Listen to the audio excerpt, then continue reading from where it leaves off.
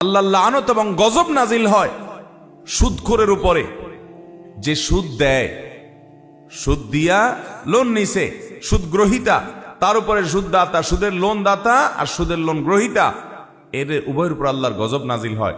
সুদের কথা লেখে, সুদের হিসাব রাখে, সুদের সাক্ষী হয়, সুদের সাথে যেই কোনো ভাবে সরাসরি সম্পৃক্ত হয়, এরকম সব মানুষের উপরে আল্লাহর লানত এবং গজব নাজিল হতে থাকে।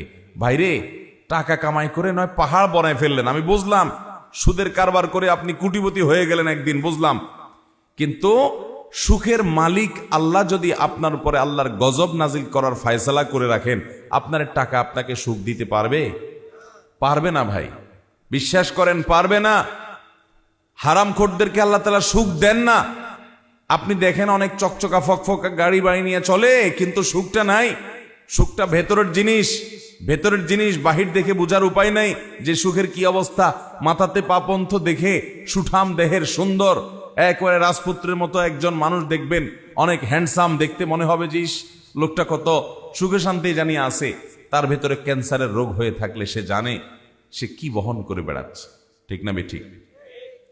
সুখ যদি আল্লাহ তাআলা কাউকে না দেন তো তার বাহ্যিক রূপ দেখে আপনি বুঝতে পারবেন না। এজন্য সুদের কারবারের সাথে জড়িত হলে দ্বিতীয় সুদের ভয়াবহ দিক হলো যে এটার কারণে আল্লাহর গজব নাজিল হয়।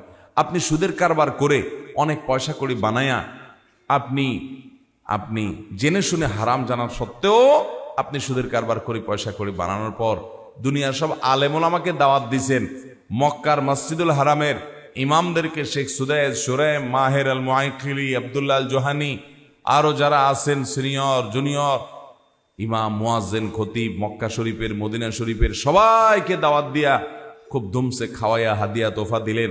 ওনারা সবাই মিলে আল্লাহর কাছে আপনার জন্য দুই হাত তুলে অনেক দোয়া করে দিছে। আপনার কাছে তো মনে হবে আরে কত সুখ আমার, দুনিয়ার সব বড় বড় আল্লাহর নেককার বান্দারা, আলেম ওলামারা আমার জন্য দোয়া করে দিছে। আপনি সুদের কারবার করেন, আল্লাহর ফয়সালা হলো আপনার উপর আল্লাহর গজব নাজিল হবে। দুনিয়ার সব মৌলবী মিলে যদি আপনার জন্য দোয়া করে, রহমত হবে না গজব হবে? আল্লাহ তাআলা আমাদেরকে সুদের ভয়াবহতা বুঝার তৌফিক দান করুন।